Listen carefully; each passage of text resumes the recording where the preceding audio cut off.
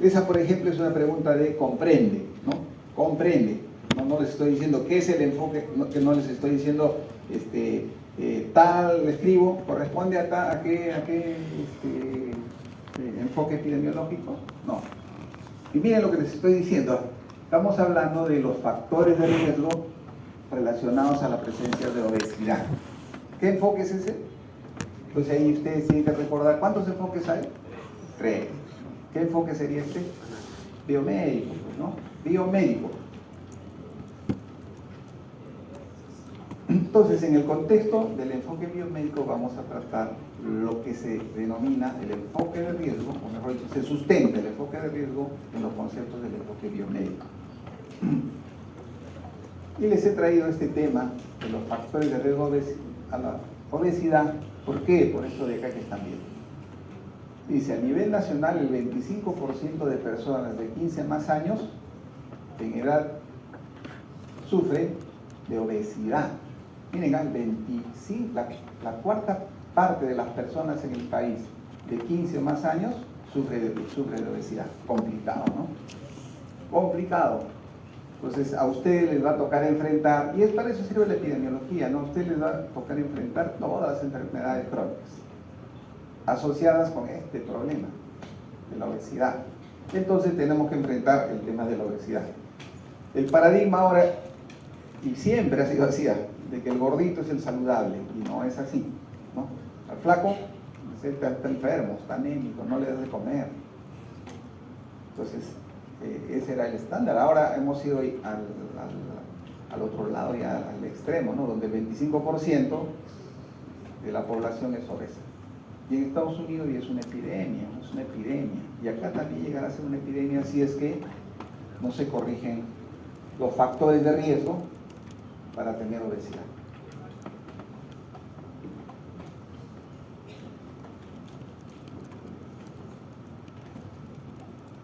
Listo. Y esto es información del INEA del año 2022. Bien, entonces, a propósito de esto, vamos a tratar el enfoque de riesgo en el proceso de salud-enfermedad. En ese contexto vamos a recordar este concepto que van a ver que ya lo saben, pero que en el contexto del enfoque de riesgo en el proceso de salud-enfermedad se llama riesgo absoluto. Luego las medidas de asociación, y dentro de ellas el riesgo relativo y el OR, perdón, las medidas de asociación que son las medidas estadísticas, las medidas de la fuerza de asociación, el RR y el OR, y las medidas de impacto potencial, lo que ya les dije, ¿no? Ahí están los sinónimos de cada uno de ellos. Y luego vamos a terminar hablando para qué nos sirve este tema que hemos hablado del enfoque de riesgo en el proceso de salud y enfermedad. Bien, de manera resumida, ¿qué es el enfoque de riesgo? Es una metodología. ¿Y qué es una metodología? Es una secuencia ordenada de pasos que nos permite lograr un objetivo. Entonces, a eso se refiere el enfoque de riesgo. ¿Para qué utilizamos el enfoque de riesgo? Para determinar las prioridades. Cuando yo aplico el enfoque de riesgo, lo que voy a hacer, tengo 100 factores de riesgo, voy a priorizar sobre qué factor de riesgo voy a intervenir. Para eso utilizo este famoso enfoque de riesgo. Y consecuentemente nos permite definir las herramientas para la reorganización en los servicios de salud.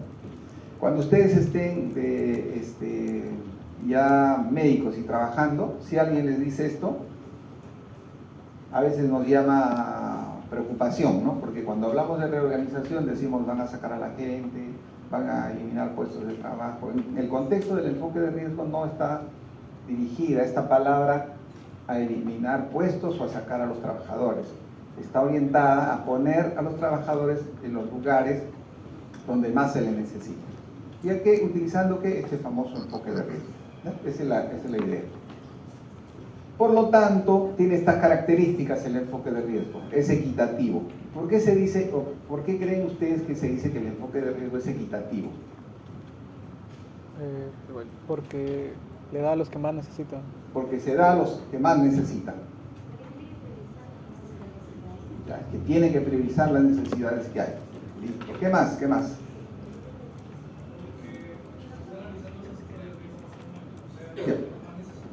Perfecto, perfecto. Listo, muy bien, eso es, ¿no? han complementado cada uno de ellos. Ese es, o sea, el enfoque equitativo no es igual a enfoque igualitario, ¿no? Eso lo han hecho también en salud pública. El enfoque equitativo es dar más al que lo necesita. Ese es el punto, ¿eh? Sin quitar al que tiene, pues, ¿no? Eso sí, no, ya eso no es adecuado, sino priorizar. Tengo tales recursos, yo tengo que priorizar al que menos tiene o al que más necesita. Entonces, en ese escenario, tratamos también en el curso ser equitativos, por eso nos preocupa la que conversa, la que está, y ya cuando tengamos las notas, vamos a dar la indicación a los profesores de los seminarios y de las prácticas que prioricen ese grupo. ¿Para qué? Para que los hagan participar, para que vean cómo van yendo. Entonces, esa es la característica de este enfoque de riesgo.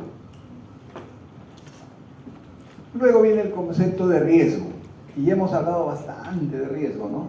Hay varias definiciones de riesgo, pero el riesgo, de manera simple, es la probabilidad de que ocurra un hecho. Eso es de manera simple. Y eso está definido ahí, dice contingencia o proximidad a un daño, según el diccionario de la lengua española, según el diccionario epidemiológico, probabilidad de que ocurra un hecho.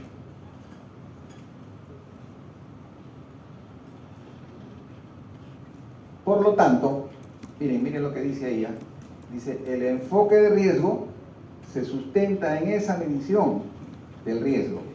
¿Y cómo medimos el riesgo? Con lo que les hemos dicho, con las medidas de la fuerza de asociación. ¿Ya? Entonces, el riesgo es una medida de la probabilidad estadística de un suceso futuro. El enfoque de riesgo se basa en esa probabilidad.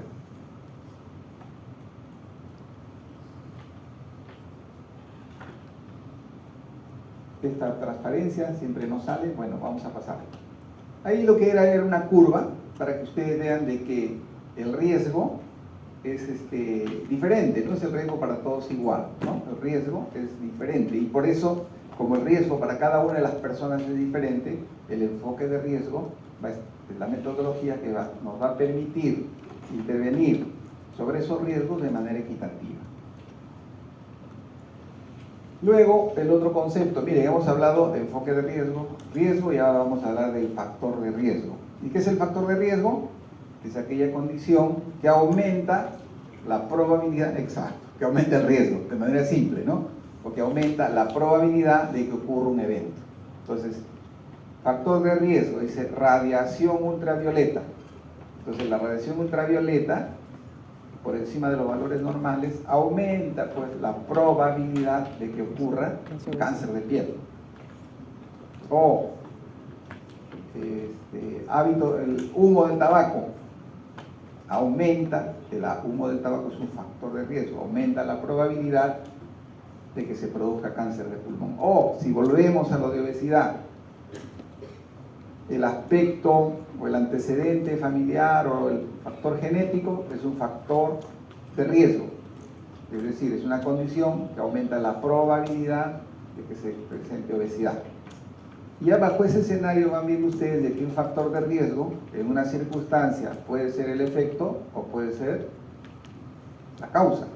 Si yo analizo obesidad e infarto del miocardio, la obesidad ya va a ser la causa, digamos, ¿no? Va a ser el factor de riesgo y el infarto del miocardio va a ser el efecto. Entonces, eso también es importante que sepan, no siempre el factor de riesgo va a ser eternamente factor de riesgo. Dependiendo del enfoque que tengamos, cambiará la condición del factor. Dice, modificar o eliminar el factor de riesgo puede reducir la probabilidad de desarrollar la enfermedad, obviamente, y a eso es lo que se orienta este tema del enfoque de riesgo. Factor de riesgo lo podemos clasificar de esta manera. A ver, vamos a ver. Conductuales. A ver, vamos a ver un ratito. Conductuales, ahí están. Todos esos factores de riesgo conductual, todo lo que significa las conductas que tenemos nosotros, ¿no? Por ejemplo, el no vacunarse es un factor de riesgo conductual, ¿no? Los antivacunas generan un factor de riesgo conductual. Entonces, no me vacuno contra influenza porque va a hacer daño, dice que produce tal condición. Y hablando de influenza, cuídense porque está dando influenza y está dando H1N1. O sea, ha vuelto a reaparecer H1N1, que no había hace bastante tiempo, desde el 2020 creo que no veíamos, pero últimamente hemos identificado influenza H1N1. Y revisen la información y van a ver que H1N1 fue otra epidemia que enfrentamos el año 2009 y estuvimos asustados, ¿no? El año 2009. ¿Ustedes en qué año estaban? Todavía ya habían nacido, ¿no? 2009 todavía, ¿no? 2009. Entonces, estarían niñitos, ¿no? ¿Estaban en el colegio todavía? No, nada. Claro, no se acuerdan. 4 años tenían, ¿ves? 3, 4, pues, ¿no? 3, 4 años. Entonces ahí vino también un problema llamada influenza por H1N1, que se llamó la gripe por aviar. La gripe aviar era, ¿no? La gripe aviar. Sí. Entonces estuvimos asustados con H1N1 y después de tiempo ha vuelto.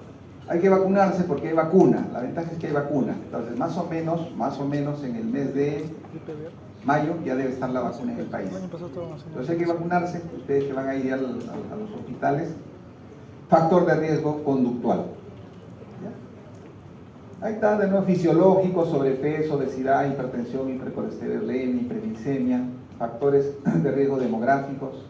Demográficos, miren, cuando usted dice factor de riesgo demográfico, tiene que ver con estos conceptos: edad, género y ocupación, fundamentalmente.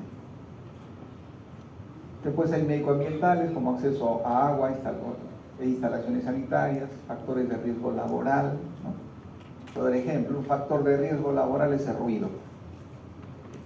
Pero si una persona está sometida a un exceso de ruido, el ruido usualmente es hasta 80 decibeles. Si es más de 80 decibeles ya es dañino. Y dependiendo del nivel de decibeles y el tiempo de permanencia, puede producir hipoacusia y luego con el tiempo sordera, ¿no? Entonces también tenemos factor de riesgo medioambientales, ¿sí? Medioambientales en el contexto laboral, evidentemente, pues, ¿no?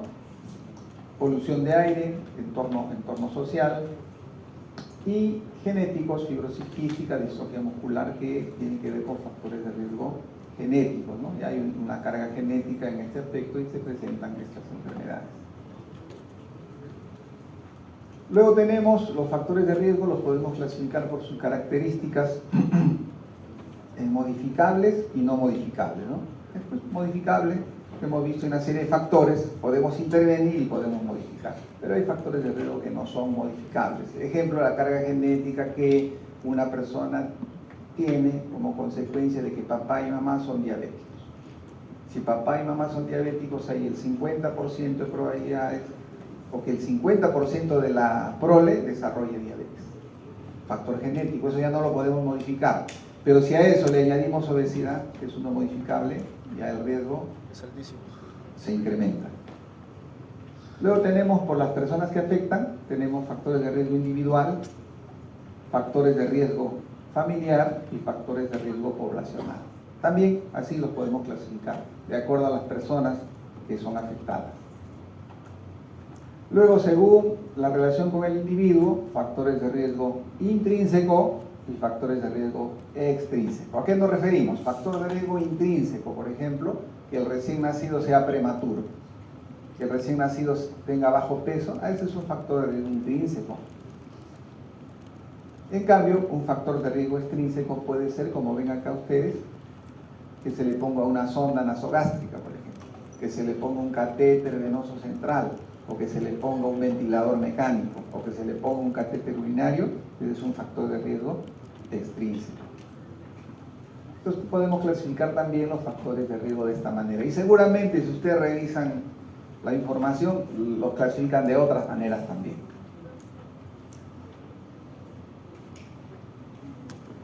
¿De qué depende? O sea, ¿por qué es importante o cuándo tiene trascendencia el factor de riesgo?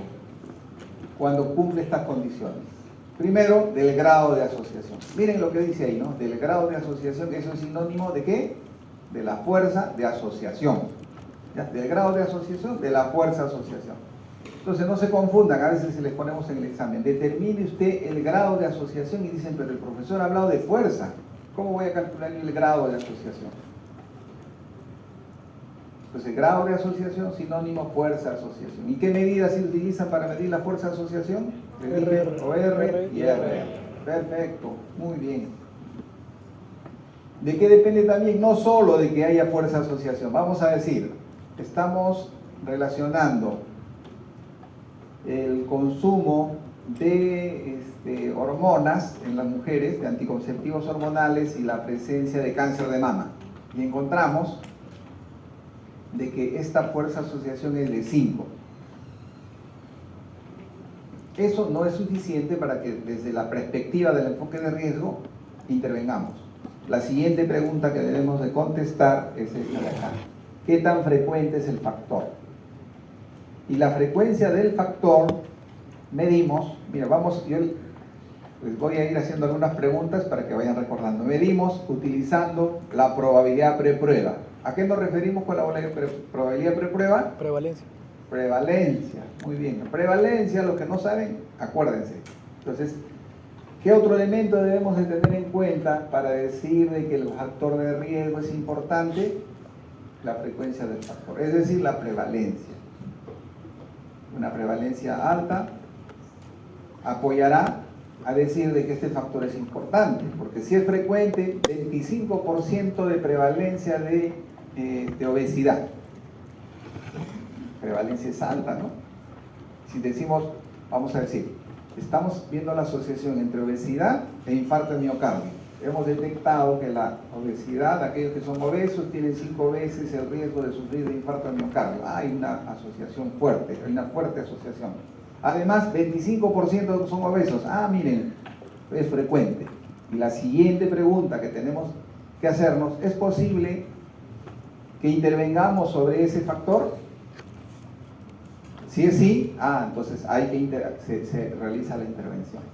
¿Ya? En el caso de obesidad es obvio de que sí es posible prevenir, ¿no? ¿Por qué? Porque un componente de ellos, un solo componente de ellos es no modificable, ¿cierto? El resto es modificable, haz ejercicio, come menos, ¿no? Entonces, eso es lo que hay que tener en cuenta para que nosotros afirmemos que un factor de riesgo tiene importancia en el contexto de la medicina preventiva. Puede haber un alto grado de asociación, puede ser frecuente, pero no es posible prevenir, como por ejemplo, si es un factor de riesgo intrínseco, entonces no vamos a intervenir, por más que sea frecuente, por más que haya una fuerte asociación. Y acá les pongo lo que les mencionaba anteriormente, de que puede modificarse el factor de riesgo, puede pasar a ser efecto, ¿cierto? Eso es lo que les digo. Dice acá, como dice acá, ¿no? Un factor puede ser un daño o puede ser un factor de riesgo. Acá tenemos embarazo múltiple, bajo peso al nacer, están relacionados con la presencia de enfermedad diarreica.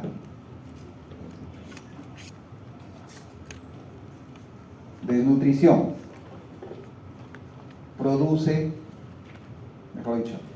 desnutrición puede producir enfermedad diarreica. Los embarazos múltiples producen bajo peso al nacer. Este embarazo múltiple y bajo peso al nacer se van a correlacionar con desnutrición, y la desnutrición se va a correlacionar con enfermedad diarreica aguda.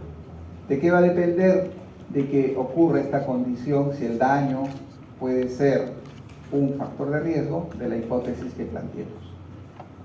Y aquí está el ejemplo, dice: pobreza, factor de riesgo; analfabetismo de la madre, factor de riesgo; nutrición deficiente, factor de riesgo; enfermedad recurrente, factor de riesgo. ¿Para qué? Para bajo peso al nacer.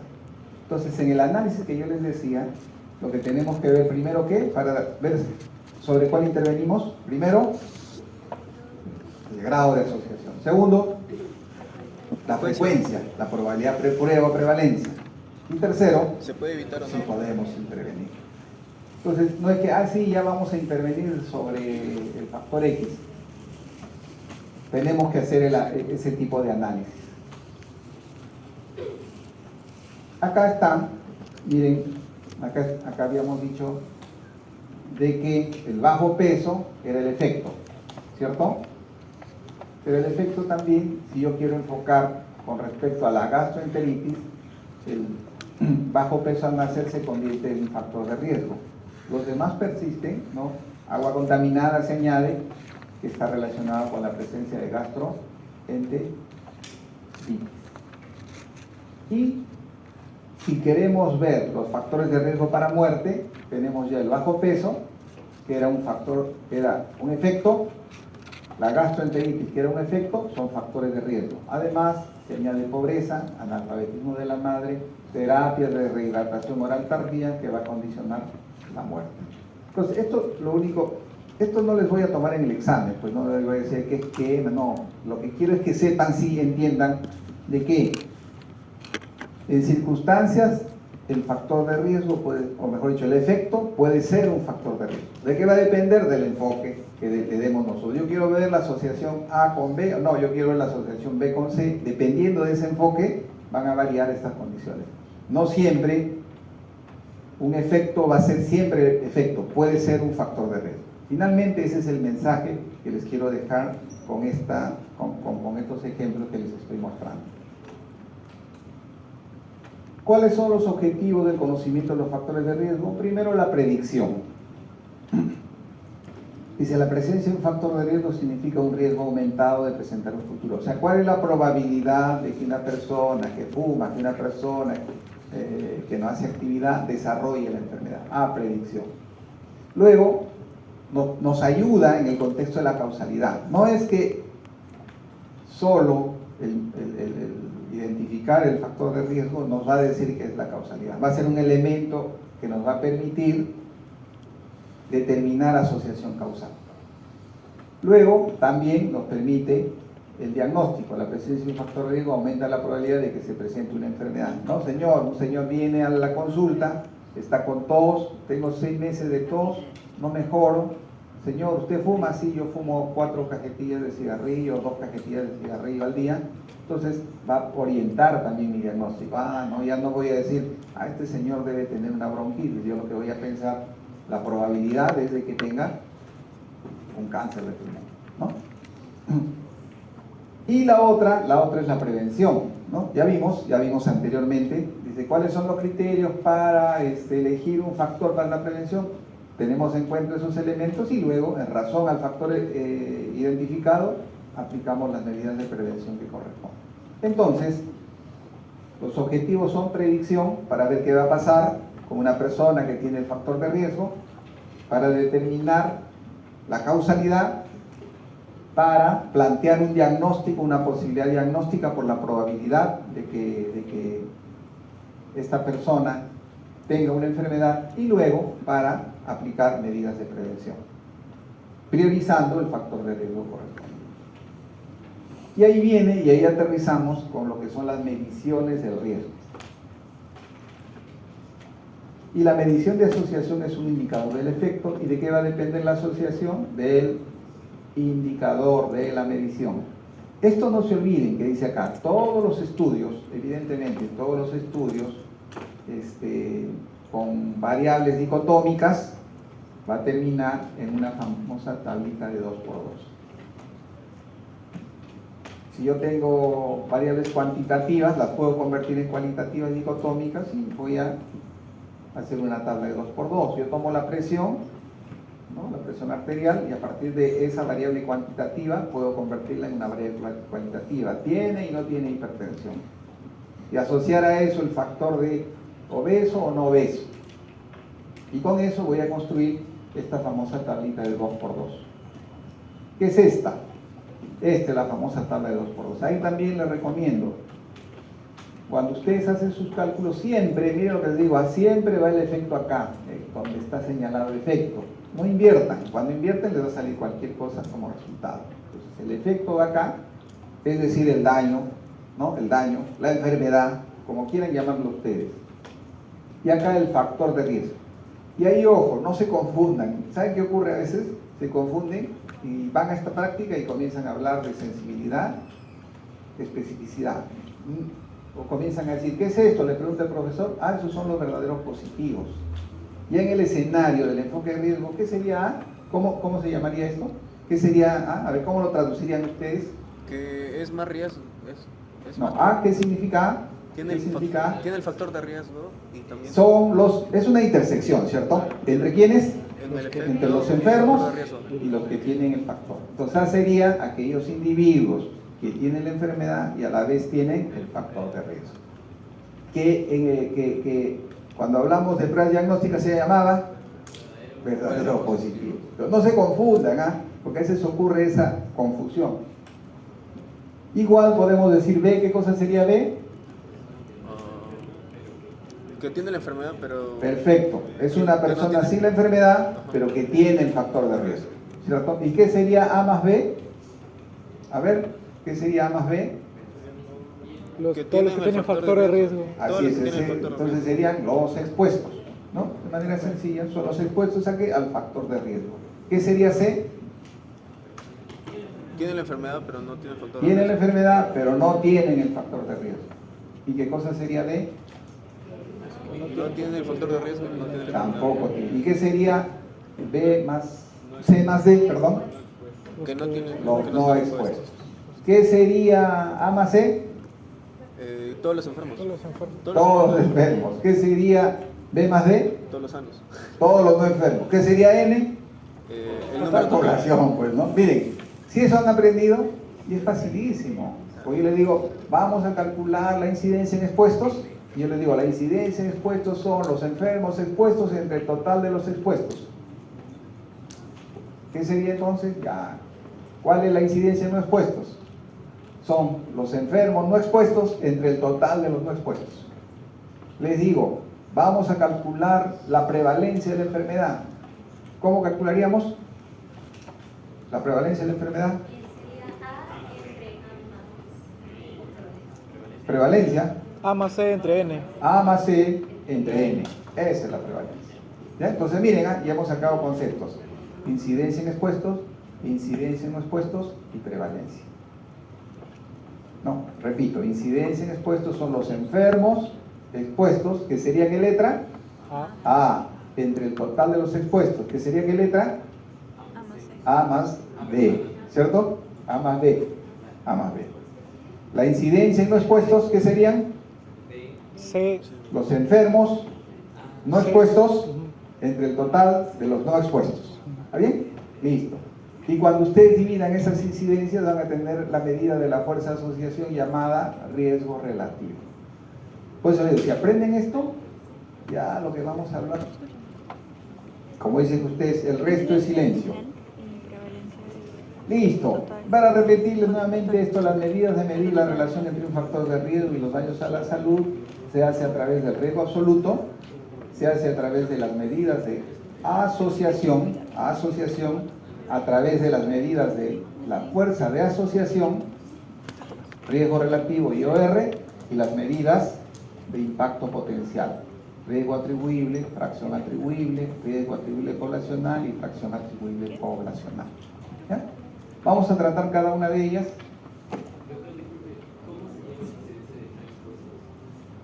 La incidencia no expuestos son los enfermos no expuestos entre el total de los no expuestos. Tasa, el riesgo absoluto, eso se acuerdan, ¿no? Riesgo absoluto, TIA. Con eso medimos el riesgo absoluto. Como yo digo, a veces les pongo en el examen, les pongo el riesgo absoluto y poco contestan. No sé por qué, sí es lo mismo. El riesgo absoluto es igual. ¿Con qué se mide el riesgo absoluto? Con la tasa de incidencia acumulada. Medidas de asociación, esas se acuerdan, ¿no? Esas medidas de asociación se acuerdan. Sí, pues, ¿no? Son medidas estadísticas que nos dicen solamente si existe o no existe asociación estadística. Chi cuadrado, prueba exacta de Fisher, T de Student, pruebas de correlación, Wilcox, o qué sé yo, pues, ¿no? Eso que ya ustedes han manejado en estadística. Y las medidas de la fuerza de asociación, riesgo relativo y odds ratio, vuelvo a repetir. Y el riesgo relativo es incidencia en expuestos sobre la incidencia en no expuestos. El riesgo atribuible es la incidencia en expuestos menos la incidencia en no expuestos. La fracción atribuible, incidencia en expuestos, menos la incidencia en no expuestos, sobre la incidencia en expuestos multiplicado por 100.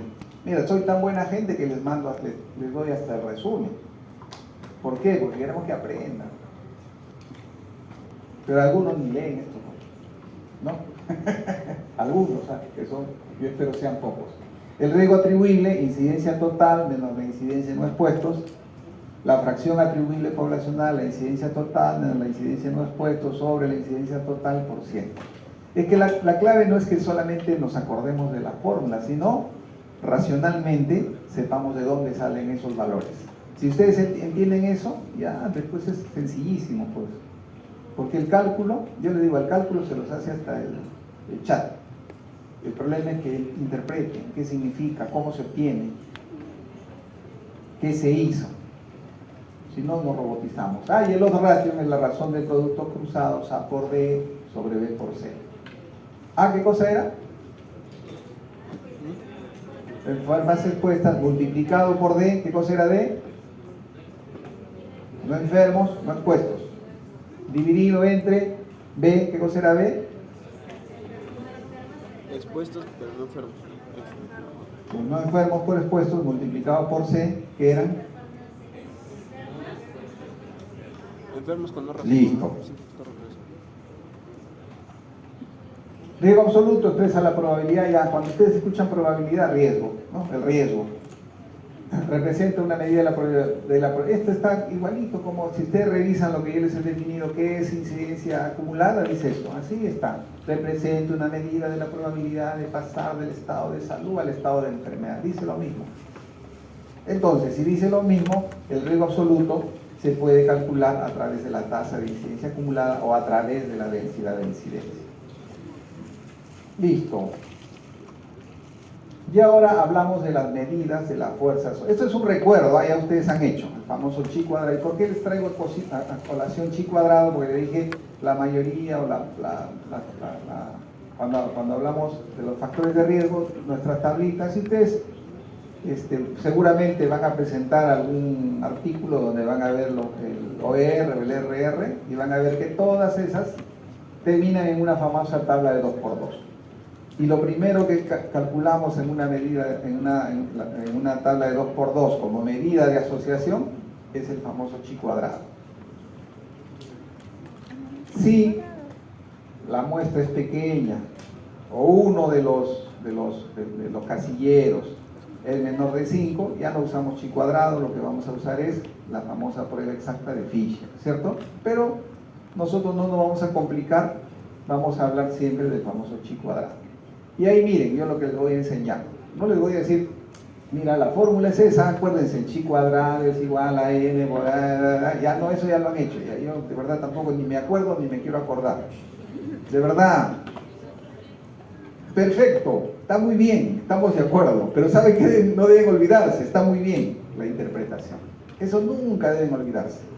Para que cuando vean digan, P valor menor de 0, arriba es chi cuadrado, P menor de, o el chi cuadrado es de 20.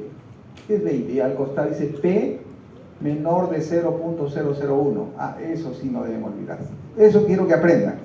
Entonces, es facilito, miren lo que dice.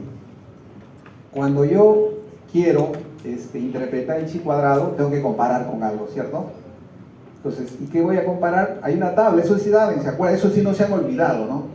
¿Sí? Existe una tabla donde obtenemos el chi cuadrado tabular, se llama eso, el chi cuadrado tabular o el chi cuadrado de la tabla. Dice con 95% de confianza y un grado de libertad, porque una tabla de 2×2 es n-1, ¿no? 2 menos 1, un grado de libertad, busco y digo, es tanto.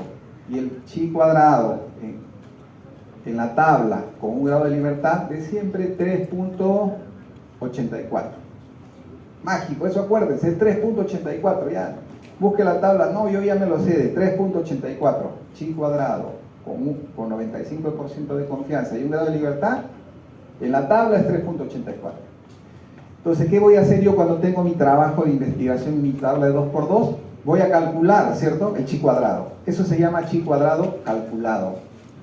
Entonces, resumen, si el chi cuadrado calculado, esto sí, no se olviden, olvídense de la fórmula, odien a la fórmula, ya pasamos, soy estadística. Pero no se olviden de esto, si el chi cuadrado calculado es mayor que el chi cuadrado tabular, entonces el resultado es estadísticamente significativo. ¿Está bien?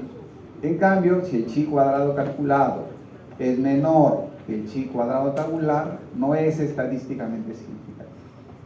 Entonces en el examen les pongo, se hizo un estudio donde se determinó que tal cosa, ¿no? El contexto, y se calculó el chi cuadrado obteniéndose 8. Diga usted, y le ponemos es significativo, bueno, varias posibilidades, ¿no? Y el estudiante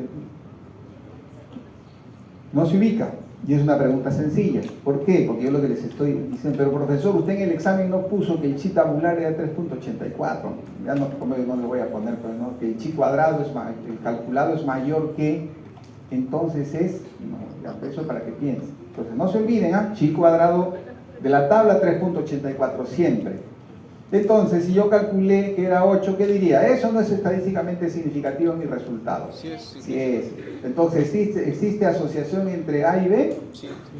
Sí, existe asociación, pero existe asociación estadística, ¿cierto?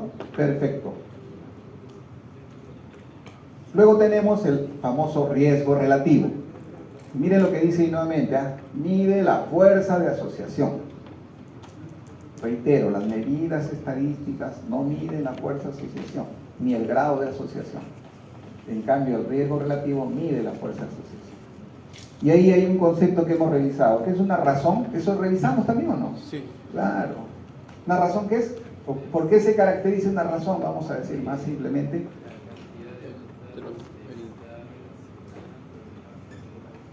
¿Ya? A ver, ¿alguien más que se acuerde? El denominador. ¿Qué es una razón? ¿Cuál es la característica de una razón?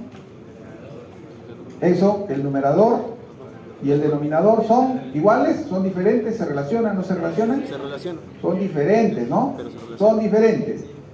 Dice razón hombre-mujeres. Vamos a calcular acá en el salón cuál es la razón de hombres sobre mujeres. Entonces, ¿qué irá en el numerador?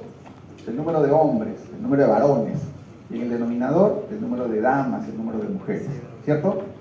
¿Por qué se dice que el riesgo relativo es una razón? Porque en el numerador está la incidencia en expuestos y en el denominador la incidencia de los expuestos. Entonces, el riesgo relativo se llama también razón de incidencias. Razón de incidencias. ¿De quiénes? De los expuestos entre los no expuestos. ¿Qué mide? La fuerza de asociación. Entonces ven que epidemiología no es difícil, sino que ustedes no quieren aprender. No les gusta, pues es que curso, que aburrido. Pero todo esto les va a servir, muchachos, van a ver. Por eso les pedimos que presenten sus artículos. Ahí van viendo, miren, no tiene nada que ver los artículos que ustedes presentan con epidemiología, pero ahí está la información que les estamos pidiendo. Listo. Mira, acá les pongo para que hagan su actividad, su ejercicio, desarrollen su seminario. Pasos para el desarrollo y el cálculo de el RR. Ya los llevo de la manito. Dice, primero construya la tabla de 2×2. Y sigan mi consejo, porque a veces en el examen les pongo y quieren sacar de frente, y después les sale mal.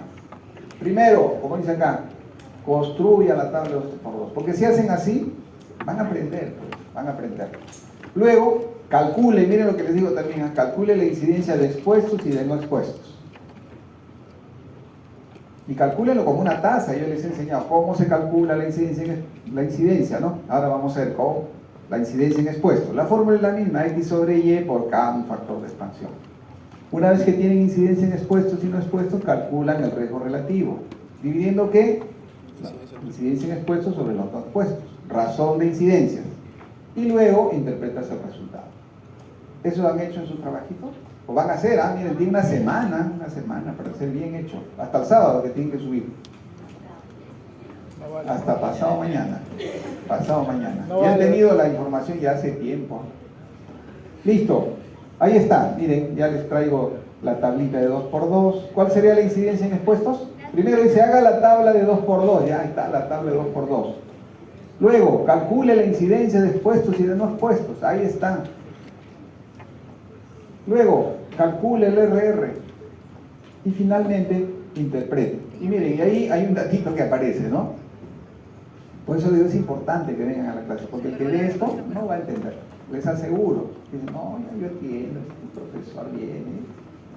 Ahí hay un dato, ¿no? Que se llama, hay una medición puntual, igual que hicimos con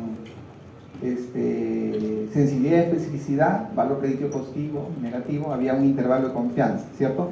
Entonces, acá también lo que estamos viendo es una medida puntual que dice 4, dice, salió 4, pero además hay un intervalo de confianza. Y eso también tienen que aprender para saber interpretar. ¿Por qué? Entiéndame también esto que les digo. Hemos hablado de las medidas estadísticas, ¿no? De asociación estadística. Ahora estamos hablando de la medida de la fuerza de asociación.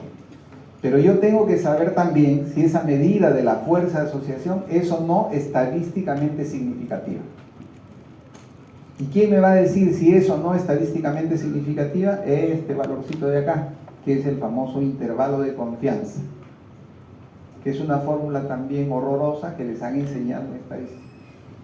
¿Cierto? Sí, pues dice que el intervalo de confianza para el RR es igual al logaritmo natural de lo RR más menos z² por el error estándar. Y el error estándar es la raíz cuadrada de 1 sobre a más b más 1 sobre no sé qué, no sé qué, no sé qué. Ah, ya. Todo eso ponen. Yo creo que les dije, ¿alguien abrió el OpenEPI? Nadie, pues que no les importa. ¿Y saben por qué? No son inteligentes ustedes. ¿Por qué digo? No voy a decir inteligentes, no son estratégicos. Si yo les digo algo, es para que hagan las cosas más fáciles y se dediquen acá a interpretar. Entran al OpenEPI y luego que construyen su tabla de 2×2, ponen los datos y ponen resultados y les da todo esto. Les da las dos medidas, les da el RR y el OR como medida de la fuerza. Chi cuadrado también les calcula. Entonces, ¿qué tiene que hacer? Interpretar, ¿no? Facilito, están dividiendo 80 entre 250, luego y les da incidencia, cada incidencia les da incidencia de expuestos, incidencia de no expuestos. Y lo más importante, que es gratuito el OpenEPI. Y la otra, no, profesor, se carga mi computadora y cuando estoy con el profesor Ramos ya no le contesto nunca. ¿No? Como hay unos que siempre se les cuelga. Pues yo entro a sus clases, ¿eh? Yo veo que están subiendo, hay estudiantes que sí preguntan, está muy bien, pregunten al profesor, póngalo a prueba a sus profesores. Y así también los motivan a que se preparen, pues, ¿no? Porque si van y escuchan. Hay varios que hacen en la biblioteca. Unos sí están tan atentos, pero otros están en la biblioteca, están riéndose, viendo. Entonces yo digo, ojalá que todo vaya bien, todo marche bien, ¿no? Porque la clase deberían recibirla. Entonces, pregúntenles a sus profesores. Bien, seguimos. Entonces les decía, este datito es importante y lo vamos a revisar. Entonces la interpretación va primero por el valor per se, luego por el intervalo de confianza. Exacto, es un intervalo de confianza que va desde el valor 3, límite inferior, hasta 8, límite superior. Eso se calculó con esa fórmula que les dije, que es el intervalo de confianza para el RR, logaritmo natural del RR más menos, con eso. Y ahí me desvié diciéndole, usen el OpenEPI, ¿no? Bien, entonces vamos a retomar este tema. Nuevamente ahí está, primero la tablita de 2×2. Y ahí está lo que queríamos, la interpretación. Primero, del valor per se, dice 4. Si me sale un valor de 4, inmediatamente tengo que recordar mínimamente esto, mínimamente les digo. Si el RR es igual a 1, no hay asociación. Si el RR es mayor a 1, es un factor de riesgo. Si el RR es menor de 1, es un factor protector. Es decir, no me hace daño, a mí me protege. Y ahí está lo que les dije, incidencia en expuestos sobre la incidencia en no expuestos. Y para que no se olviden, van recordando, ¿qué era? Eran los enfermos expuestos, A más B, todos los expuestos. C, ¿qué era? Eran los enfermos no expuestos, C más D, ¿qué era? Todos los no expuestos. Ahí está la incidencia en expuestos sobre la incidencia en no expuestos. Y esto ya más fino, ¿no? Dice, quiero decirle al profesor, le voy a sorprender y le voy a decir, profesor, este riesgo es un riesgo moderado. Ah, me acuerdo por qué, porque me ha salido 2.45 el RR. Ah, es un riesgo moderado. Me ha salido 5. Ah, ese es un riesgo elevado, profesor. O por el otro lado, produce un beneficio insignificante, o produce un beneficio moderado, o produce un beneficio grande. ¿Ya? Para fines de examen, les tomamos, no le vamos a poner pues 1.15, ¿no? O sea, ¿qué es esto? Porque ya les he dicho de que el examen no es adivinanza. El examen lo que trata es de averiguar quién sabe y quién no sabe. ¿Ya? Entonces no se angustien, profesor.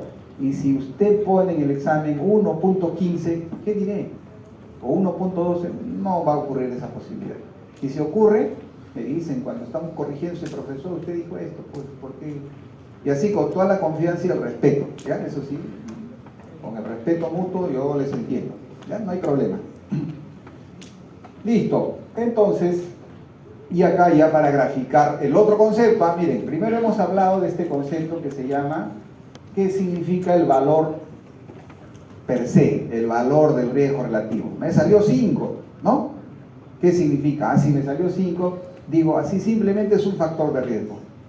Pero como yo me acuerdo también de esto, es un factor de riesgo elevado. Listo. Pero con que ya ustedes sepan que es un factor de riesgo, yo creo que es importante. Y si aún saben esto, mejor todavía. Entonces, eso es el primer concepto. Ahora, este es el otro concepto, el concepto del intervalo de confianza. Y miren, les reitero nuevamente, el intervalo de confianza lo que nos va a decir es si el resultado del riesgo relativo es o no estadísticamente significativo. Miren lo que les estoy diciendo. El intervalo de confianza nos va a decir si el cálculo o el valor obtenido del riesgo relativo es o no estadísticamente significativo. ¿Y cuándo? Ahí está, facilito, esto no se olvide. ¿Cómo determinar si el riesgo relativo es significativo? Si el intervalo de confianza, ya eso anoten, pero ustedes son dogmas, y así eso anotan, y cuando comienzan a revisar y no se acuerdan esto, van y dicen, el profesor dijo, si el intervalo de confianza incluye a 1, no es estadísticamente significativo. Y eso es lo que nos dice acá, ¿no? Por ejemplo, este intervalo de confianza es estadísticamente significativo porque no incluye a 1, a 1. O sea, el intervalo es una distancia entre un valor inferior y un valor superior. Si este intervalo de confianza no incluye a 1, se llama o se dice que es estadísticamente significativo. Y esto lo vamos a ver, recuerden esto, porque esto lo vamos a ver cuando hagamos la clase de diseños y vamos a hablar de un diseño que ahora está mucho en boga, que es las revisiones sistemáticas con meta-análisis. Y los meta-análisis presentan estos cuadritos. Los flores plots se llaman. Una serie de trabajos donde han calculado los riesgos relativos o los ORs con sus intervalos de confianza. Y para facilitarnos la lectura nos muestran ese flores plot y ahí vamos a ver esto. Entonces no se olviden, si el intervalo de confianza no incluye a 1, estadísticamente significativo. Y acá les he puesto también, para que no repitamos cuando hablamos del OR, sirve para el riesgo relativo y sirve para el OR. ¿Ya? Sirve para el riesgo relativo y sirve para el OR. La interpretación de la significancia estadística. Si el intervalo de confianza sí incluye, es decir, está en ese intervalo de confianza, está el valor de 1, decimos que no es estadísticamente significativo. Tanto para más de 1 como para menos de 1, ¿no? Porque yo puedo tener de 0.9, mi intervalo de confianza es de 0.8 hasta 1.1. Incluyó el 1. No es estadísticamente significativo. ¿Está bien? Y ahí les vuelvo a reiterar, medida de asociación diferente de medida de la fuerza de asociación. Preguntas, hasta ahí preguntas. ¿Todo claro? Sí, por favor.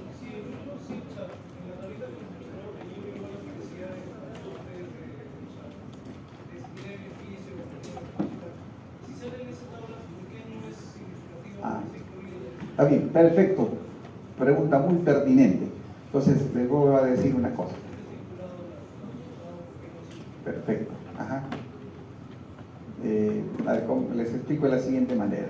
Primero, lo que calculamos nosotros es la medida de la fuerza de asociación, ¿cierto? Que en este caso ha sido el RR. Y ahí nos va a salir un valor. 5, por ejemplo, ¿cierto? Luego, yo quiero decir si ese 5, eso no es estadísticamente significativo. Y para yo decir si es estadísticamente significativo o no ese valor 5, tengo que calcular el intervalo de confianza. Y el intervalo de confianza se toma como referencia el punto 1. ¿Por qué? Si el RR es igual a 1, ¿qué decimos? ¿Es un factor de riesgo o no es un factor de riesgo? No es nada. Por eso que el 1 es referente. Entonces, si el intervalo de confianza incluye a 1, decimos que este resultado 5 del riesgo relativo, mira, no es estadísticamente significativo. ¿Qué traduce que ese 5, te pongo el ejemplo, fuma y tiene cáncer? Pues los que fuman tienen 5 veces el riesgo de sufrir cáncer de pulmón. Ese es el ejemplo. Oye, y pregunto, esa es una medida puntual. ¿Cuál es el intervalo de confianza? El intervalo de confianza es de 0,9 a 8. Entonces yo digo, no, acá, es verdad, el hábito de fumar no es un factor de riesgo para cáncer de pulmón. ¿Por qué? Porque el resultado no es estadísticamente significativo. Y ya ustedes saben por estadística, si un resultado no es estadísticamente significativo, esto es producto del azar. No es que el fumar está condicionando cáncer de pulmón. No sé si con ese ejemplo, ok, listo, y para todos ya. Gracias a que preguntan, por eso pregunten y van a ver que todos se van a beneficiar. Porque no voy solo para él, no, esto es para todos ustedes. Y les aseguro que más de uno tenía esa duda. Listo, entonces cerramos ya esto nuevamente, reitero. Y acá está el ejemplo, ¿ven? Les pedimos, ya primero hacen su tablita de 2×2, calculan el chi cuadrado. Eso no es estadísticamente significativo. Decimos, ¿existe asociación entre el hábito de... o hay diferencia? Así, ¿no? Hay diferencia entre los que fuman y no fuman con respecto a presentar cáncer de pulmón. Y el chi cuadrado es de 231.51. ¿Qué decimos? Claro, todavía decimos, existe asociación estadística, ¿no? Bien. Ahora, ya está esto para reiterar lo que les había dicho. Decisión, entonces existe significancia estadística. Es estadísticamente significativo. Seguimos y ahora sí vamos a calcular lo que tú decías. Vamos a calcular la incidencia en expuestos y la incidencia en los puestos. Ya les dije también cómo se calcula, ¿no? Para resumir, A sobre A más B, C sobre C más D. Ya ustedes que recuerdan, enfermos expuestos entre el total de expuestos, enfermos no expuestos entre el total de los no expuestos. Y tenemos estas incidencias. Segundo paso, primero tabla de 2×2, todo esto que está escrito ahí lo traduzco en esto, luego tengo incidencia en expuestos y no expuestos, y luego la razón de incidencias. Divido 52.63 entre 19.53. Esto está como una tasa, les va a salir 0.05263, pero conviértalo en tasa, pues, ¿no? A veces por apurado nos equivocamos. Y nos va a salir un riesgo relativo de 2.69. ¿Qué decimos?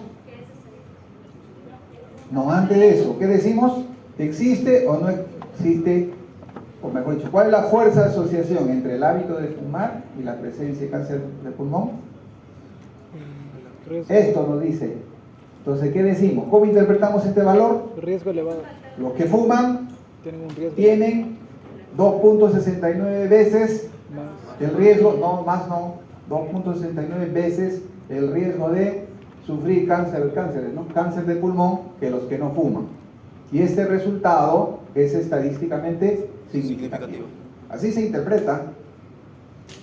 O si quieren, más fácil, si son tromes, profesor, este es un factor de riesgo y es un factor de riesgo elevado. Listo, también vale la interpretación. Y este riesgo elevado es estadísticamente significativo. ¿Por qué? ¿Por qué? A ver en coro, ¿por qué? Azar. ¿Por qué este resultado? Vamos a preguntar al fondo, ya están conversando. Vamos a ser equitativos. Acá están los que aprenden, los que saben. Vamos a preguntarles ahí así. Ya. Vamos a ser equitativos. Enfoque de riesgo vamos a aplicar acá. ¿Por qué es estadísticamente significativo? ¿Sí? ¿El enfoque de riesgo?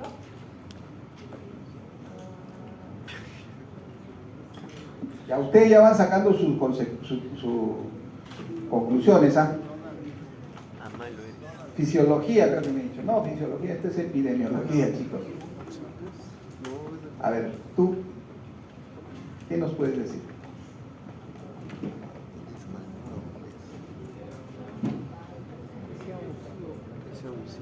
¿Qué no has entendido entonces? A ver, vamos a ver, ¿qué no has entendido? Si me dices toda la clase, sí, ya te digo, lo siento.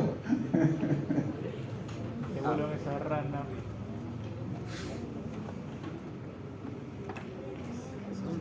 Es una falta.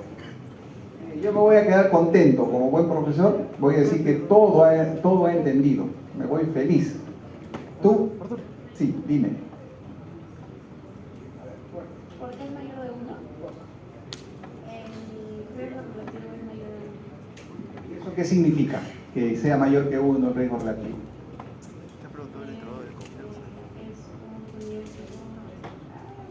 Es un factor de riesgo. Ya, ¿qué más? Es significativo. Ya, ¿por qué?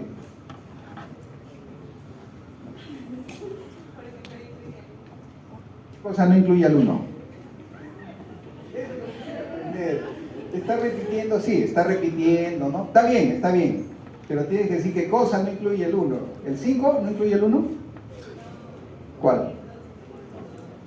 Ya, ¿cómo se llama eso, pues? Intervalo de confianza, pues, ¿no? El intervalo de confianza. Entonces ahí decimos, nos ha salido un RR de 2.3, ¿no? Sí, a ver. 2.35 con un intervalo de confianza, no, perdón. Un RR de 2.69 con un intervalo de confianza de 2.35 a 3.08, ¿cierto? ¿Está bien? Ya, ¿qué significa eso? A ver. Yo, ¿sabe qué he comprobado hoy día epidemiológicamente? Que los que se sientan acá tienen buena vista. Porque bien perfecto, pero siéntese adelante. A ver, ¿qué es? ¿Qué has entendido? ¿Qué has entendido? Que tiene significancia. Debido a que no está incluyendo ahí un rango. ¿Qué significa 2.60 y pico, no? 2.69. Una probabilidad de 2.69. Listo. Hay que afinar la definición, les he dicho. ¿A quién me ayuda? Allá seguro delante quieren. Escuchen, jóvenes, como les digo, de verdad, con el mayor cariño, yo les pido que aprendan, no pierdan su tiempo. Si no, ¿quién me ayuda? ¿Tú creo que me quieres ayudar? Yo te ayudo. ¿Sí? Ya. ¿Qué significa un RR 2.69 con un intervalo de confianza de 2.35 a 3.08? Lo dijimos, lo dijeron ustedes. Yo le dije, no es más. 2.69 significa que las personas que fuman tienen 2.69 de riesgo de contraer cáncer de pulmón, en este caso, que aquellos que no lo hacen. Y el intervalo de confianza, que es de 2.35 a 3.08, indica que sí tiene relevancia estadística porque no incluye el. Ok, ¿qué es estadísticamente significativo? Muy bien.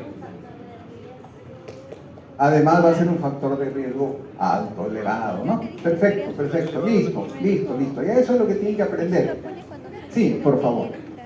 ¿Cómo vamos a calcular el intervalo de confianza para Perfecto, miren su pregunta. Esa pregunta es para la actividad que vamos a... ¿Les hemos pedido intervalo de confianza en esta actividad? No, todavía. No, es que la pregunta que ella me hace tiene dos vertientes. Hasta tres, yo diría. Una es, ¿cómo vamos a calcular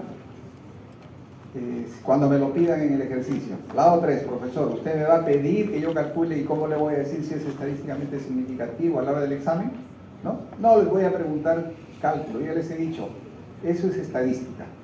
Hay una fórmula, ya les dije, me la acuerdo hasta una parte, dice, el intervalo de confianza para el riesgo relativo es igual al logaritmo natural del RR, o sea, logaritmo natural de 2.69, más menos 1.96. al cuadrado, que es el valor de Z al 95%. ¿Ya? Sí. Multiplicado por el error estándar del RR. El error estándar del RR es la raíz cuadrada de 1 sobre A más B más 1 sobre A más C más 1 sobre B más D más 1 sobre no sé qué más. ¿Ya? Eso. Ya. Ahora, para obviar eso, como yo les digo, entras al OpenEpi y te da estos resultados. Todo te da. Sí. OpenEpi. Ahora, lo que sí, cuando hagamos diseños, sí les vamos a pedir que calculen. Para que se acuerden y luego cuando vean en el OpenEpi digan, ah, sí, de acá salía. ¿Ya? Listo. Pero para fines del examen no les voy a decir, diga usted, calcule usted la mejor medida de la fuerza de asociación y diga si es estadísticamente significativo. No les voy a pedir eso. ¿Ya? Se les va a decir los valores seguramente, los intervalos, y se les va a pedir que identifiquen, pues, ¿no?, alguna característica de esto.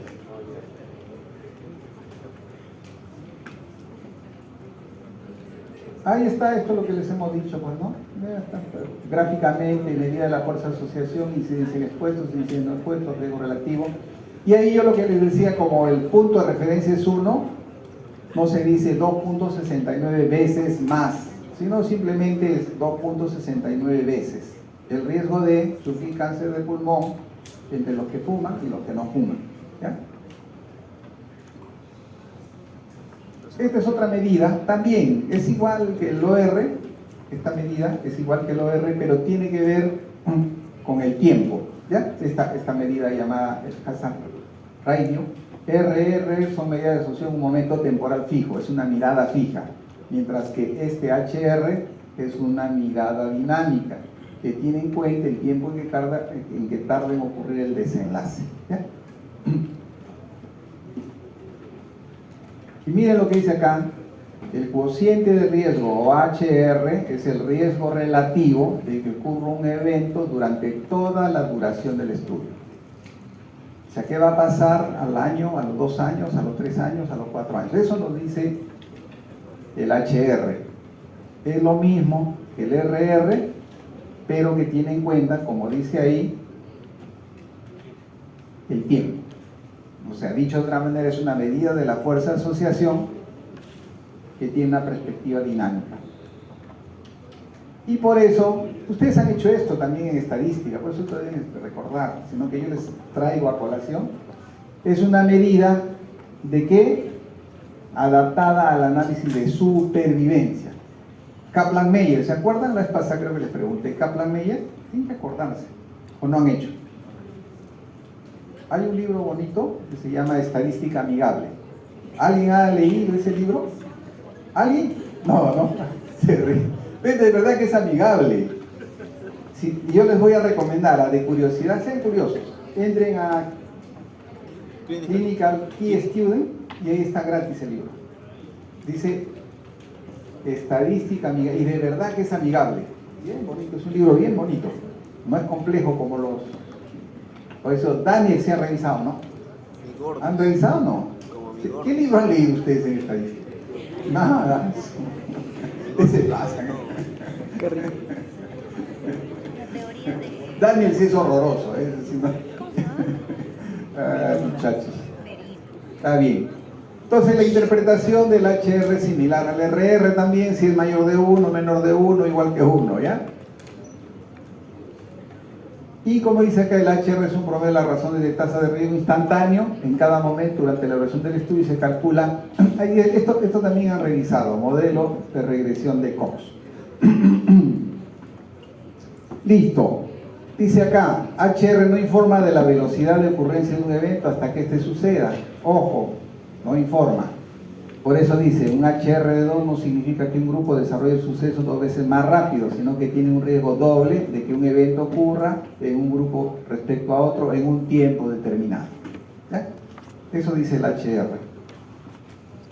Esto se los he puesto para que, seguro si tiene la clase del año pasado, esto no ha hecho por usted profesor, dice, ¿no? Usualmente en las clases vamos poniendo algunas cosas más, algunas cosas nuevas, pues si no ya el alumno se aburre también. Y el profesor también de repetir lo mismo. Bien, ahora vamos a hablar de las medidas de impacto. Hay medidas de impacto en expuestos. ¿Ya? Ahí está, miren, fracción atribuible, fracción etiológica de riesgo, riesgo atribuible, hay impacto en expuestos, el riesgo atribuible y la fracción atribuible. A eso también recuerde, dice impacto en expuestos, riesgo atribuible y fracción atribuible. Porque a veces se le dice, diga usted cuál es el impacto en las gestantes. Y cuando se le dice eso, ya el estudiante no comprende. Entonces, cuando le digan impacto en expuestos, solamente es el riesgo atribuible a fracción atribuible. Si se les pide impacto en la población, y esa pregunta que yo les decía, ¿cuál es el impacto en las gestantes? Ahí voy a tener que calcular el impacto en la población. Si yo les digo, ¿cuál es el impacto en las gestantes que fuman? Tengo que calcular medidas de impacto en expuestas. ¿Está bien? Riesgo atribuible poblacional y fracción atribuible poblacional. Y aquí están los sinónimos que al comienzo les dije también. Ahí está, nuevamente, reiterado.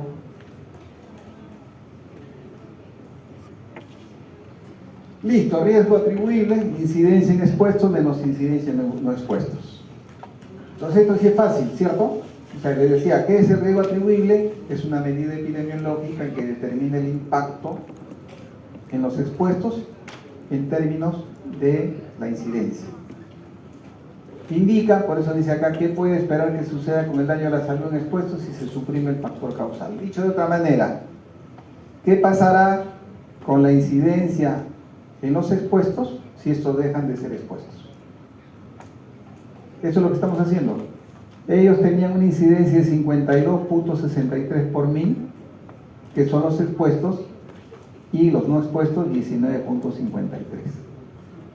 De manera práctica, le decimos, si estos fuman y su incidencia es de 52.63 por 1000 y dejan de fumar, ¿qué incidencia tendrían?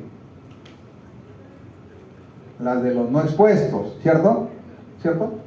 Si estos fuman y si no hubiesen fumado, ¿qué incidencia tendrían? La de los que no fuman. ¿En cuánto se redujo entonces esa incidencia? En 33.10 por 1000. Y eso se llama el riesgo atribuible. Dicho de otra manera, si eliminamos el factor de riesgo, reduciremos la incidencia en 33.10 por 1000.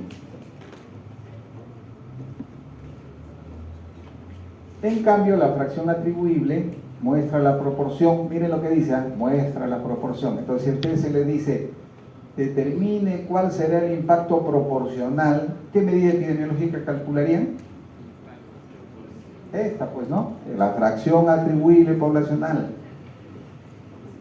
Diga usted, le damos un ejercicio y le decimos, el impacto proporcional es, y les vamos a dar valores. Entonces, ¿qué estamos pidiendo ahí?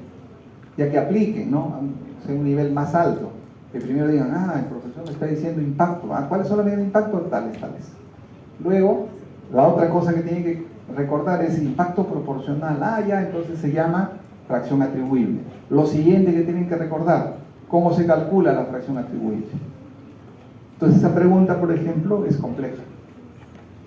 Es de alta complejidad. Están dentro del 10%. Listo, es una medida ya de impacto. Esto es más fácil de interpretar. Si eliminamos el hábito de fumar, reduciremos la presencia de cáncer pulmonar en el 62.89%.